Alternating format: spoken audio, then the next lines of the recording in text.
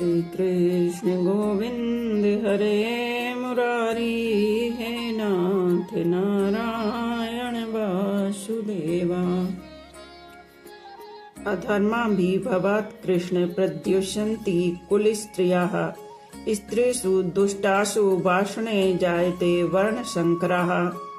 व्याख्या: अधर्माभिभवात् कृष्ण प्रद्युषन्ति कुल स्त्रियः। धर्म का पालन करने से अंतःकरण शुद्ध हो जाता है। अंतःकरण शुद्ध होने से बुद्धि सात्विकी बन जाती है। सात्विकी की बुद्धि में क्या करना चाहिए और क्या नहीं करना चाहिए, इसका विवेक जागृत होता है। परंतु जब कुल में अधर्म बढ़ जाता है तब आचरण अशुद्ध होने लगते हैं, जिससे अंतःकरण अशुद्ध हो जाता है। अंतःकरण अशुद्ध होने से बुद्धि तामसी बन जाती है।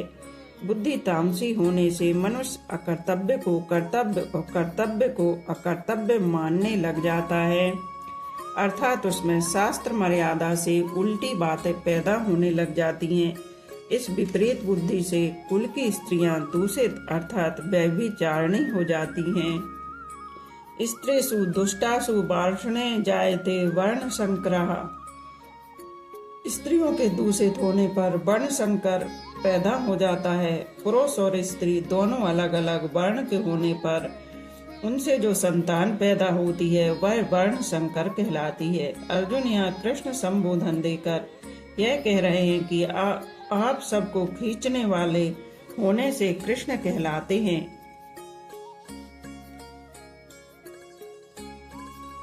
अर्जुन का तो आप यह बताएं कि आप हमारे कुल को आप किस तरह खींचेंगे, अर्थात किधर ले जाएंगे। भाषणे संबोधन देने का भाव है कि आप दृष्टि वंश में अवतार लेने के कारण भाषणे कहलाए।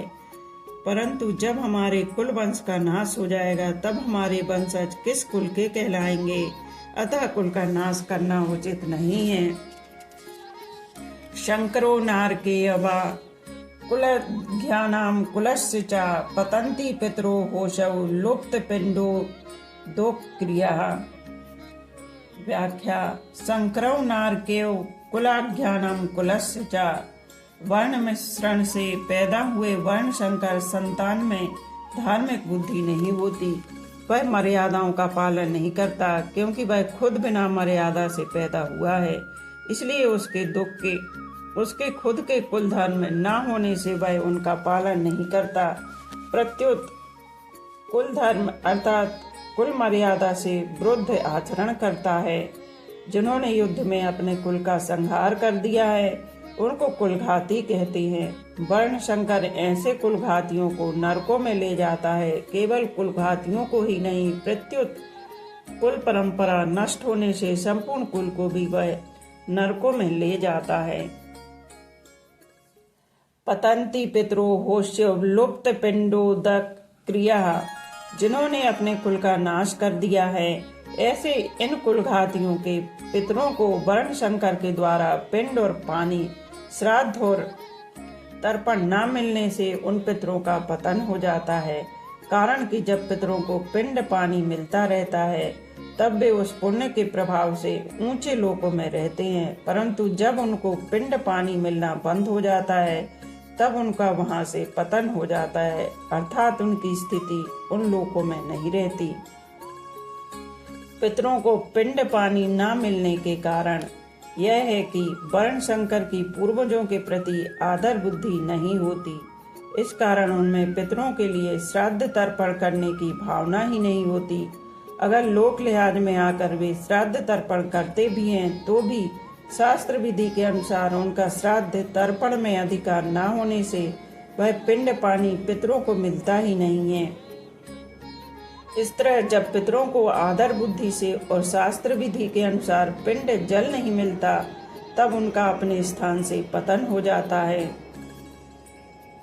परिशिष्ट भाव: पितरों में एक आजान पितर होते हैं और एक मर्त पितर। पितर लोक में रहने वाले पितर आजान हैं और मनुष्य लोक से मरकर गए पितर मर्त हैं। श्राद्ध और तर्पण न मिलने से मर्त पितरों का पतन होता है।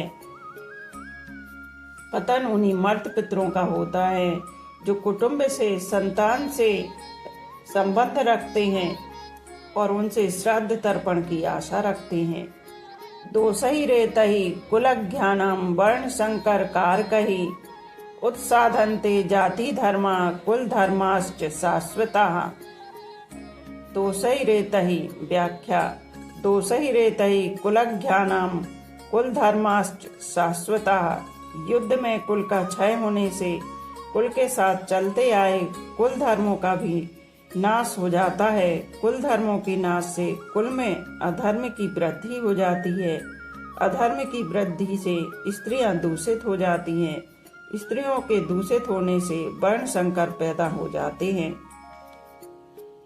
इस तरह इन वर्ण संकर पैदा करने वाले दोषों से कुल का नाश करने वालों के जाति धर्म, वर्ण धर्म नष्ट हो जाते हैं। कुल धर्म और जाति धर्म क्या है? एक ही जाति में एक कुल की जो अपनी अलग अलग परंपराएं हैं, अलग अलग मर्यादाएं हैं, अलग अलग आचरण हैं, वे सभी उस कुल के कुल धर्म कहलाते हैं। एक ही जाति के संपूर्ण कुलों के समुदाय को लेकर जो धर्म कहे जाते हैं वे भी सभी जाति धर्म अर्थात वर्ण धर्म कहलाते हैं, जो कि सामान्य धर्म और शास्त्र विधि से नियत है। उन कुल धर्मों का और जाति धर्मों का आचरण न होने से ये धर्म नष्ट हो जाते हैं। उत्सन्ने कुल धर्माणाम मनुष्याणाम जनार्दन नरकेस्य नियतम वासो भवतीत्यनुशिश्रम। व्याख्या। उत्सन्न कुल धर्माणाम अनुश्रुश्रम। भगवान ने मनुष्य को विवेक दिया है, नया कर्म करने का अधिकार दिया है, अतः कर्म करने में अथवा ना करने में, अच्छा करने में अथवा मंदा करने में स्वतंत्र है। इसलिए इसको सदा विवेक विचार पूर्वक कर्तव्य कर्म करने चाहिए। परंतु मनुष्य सुख भोग कर आदि के लोभ में आकर अपने विवेक का निरादर कर देते हैं और राग द्वेष के वशीभूत हो जाते हैं, जिससे उनके आचरण शास्त्र और कुल मर्यादा के विरुद्ध होने लगते हैं। परिणाम स्वरूप इस लोक में निंदा, उनकी निंदा, अपमान, तिरस्कार होता है और परलोक में दुर्गति, नरकों की प्राप्ति होती है। अपने पापों के कारण उनको बहुत समय तक नरकों का कष्ट भोगना पड़ता है। ऐसा हम परंपरा से बड़े बूढ़े गुरुजनों से सुनते आए हैं। मनुष्याणाम पद में कुल घाती है और उनके कुल के सभी मनुष्यों का समावेश किया गया है, अर्थात कुल घातियों के पहले जो हो चुके हैं उन पितरों का अपना और आगे होने वाले वंश का समावेश किया गया है।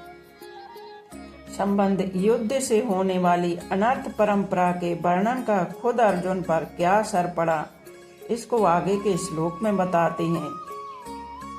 अहो बत महात पापम कर्तु व्यवस्थिता वयम यद्राज्य सुख लोभेन हंतुम स्वजनम मुदितः।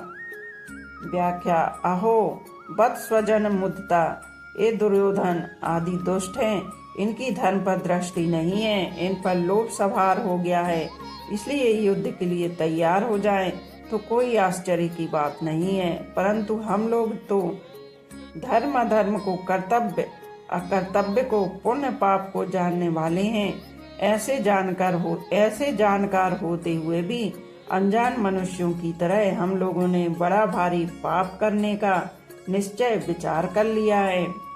इतना ही नहीं, युद्ध में अपने स्वजनों को मारने के लिए अस्त्र शस्त्र लेकर तैयार हो गए हैं। यह हम लोगों के लिए बड़े भारी आश्चर्य और खेद दुख की बात है, अर्थात सर्वथा अनुचित बात है। हमारी जो जानकारी है, हमने जो शास्त्रों से सुना है, गुरुजनों से शिक्षा पाई है, अपने जीवन को सुधारने का विचार किया है, उन सब का अनादर करके आज हमने युद्ध रूपी पाप करने के लिए विचार कर लिया है। यह बड़ा भारी पाप है, महात पापम। इस श्लोक में अहो और बत एक दो पद आए हैं। इनमें से अहो पद आश्चर्य का वाचक है। आश्चर्य यही है कि युद्ध से होने वाली अनर्थ परंपरा को जानते हुए भी हम लोगों ने युद्ध रूपी बड़ी भारी बड़ा भारी पाप करने का पक्का निश्चय कर लिया है। दूसरा बत पद खेद का है, दुख का वाचक है। दुख यही है कि थोड़े दिन रहने वाले राज्य और सुख के लोभ में आकर हम अपने कुटुंबियों को मारने के लिए तैयार हो गए हैं। पाप करने का निश्चय करने में और स्वजनों को मारने के लिए तैयार होने में केवल राज्य का और सुख का लोभ ही कारण है। तात्पर्य है कि अगर युद्ध में हमारी विजय हो जाएगी तो हमें राज्य वैभव मिल जाएगा, हमारा आदर सत्कार होगा, हमारी महत्ता बढ़ जाएगी, पूरे राज्य पर हमारा प्रभाव रहेगा, सब जगह हमारा हुक्म चलेगा। हमारे पास धन होने से हम मनचाही भोग सामग्री जुटा लेंगे, फिर खूब आराम करेंगे, सुख भोगेंगे। इस तरह हमारे पर राज्य और सुख का लोभ छा गया है, जो हमारे जैसे मनुष्यों के लिए सर्वथा अनुचित है। इस श्लोक में अर्जुन यह कहना चाहते हैं कि अपने सद्विचारों का, अपनी जानकारी का आदर करने से ही शास्त्र, गुरुजन आदि की आज्ञा मानी जा सकती है। परंतु जो मनुष्य अपने सद्विचारों का निरादर करता है, वह शास्त्रों की, गुरुजनों की और सिद्धांतों की अच्छी अच्छी बातों को सुनकर भी उन्हें धारण नहीं कर सकता।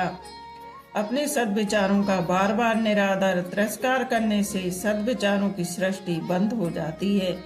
फिर मनुष्य को दुर्गुण दुराचार से रोकने वाला ही कौन? ऐसे ही हम भी अपनी जानकारी का आदर नहीं करेंगे तो फिर हमें अनर्थ परंपरा से कौन रोक सकता है? अर्थात कोई नहीं रोक सकता।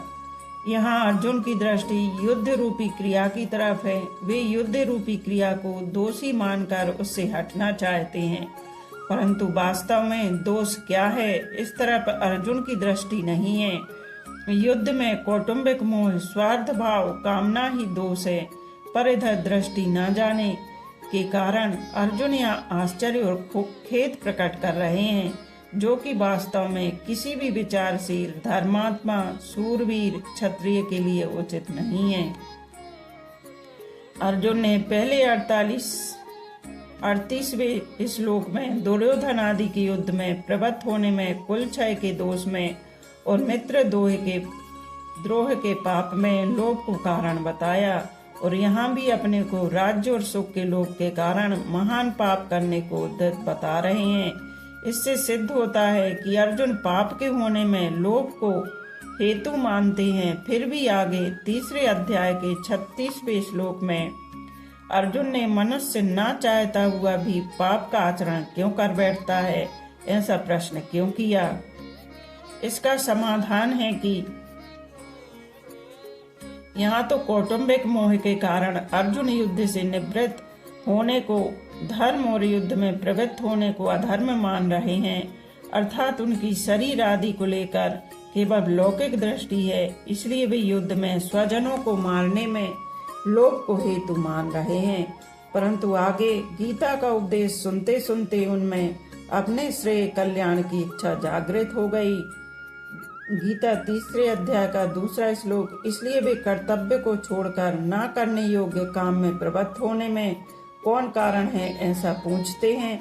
अर्थात वहाँ 3 अध्याय के 36वें श्लोक में अर्जुन कर्तव्य की दृष्टि से साधक की दृष्टि से पूछते हैं। इति आज यहीं समाप्त करते हैं, क्योंकि आगे का जो श्लोक है उसका अर्थ काफी बड़ा है, तो कल करेंगे। बोलो राधे राधे।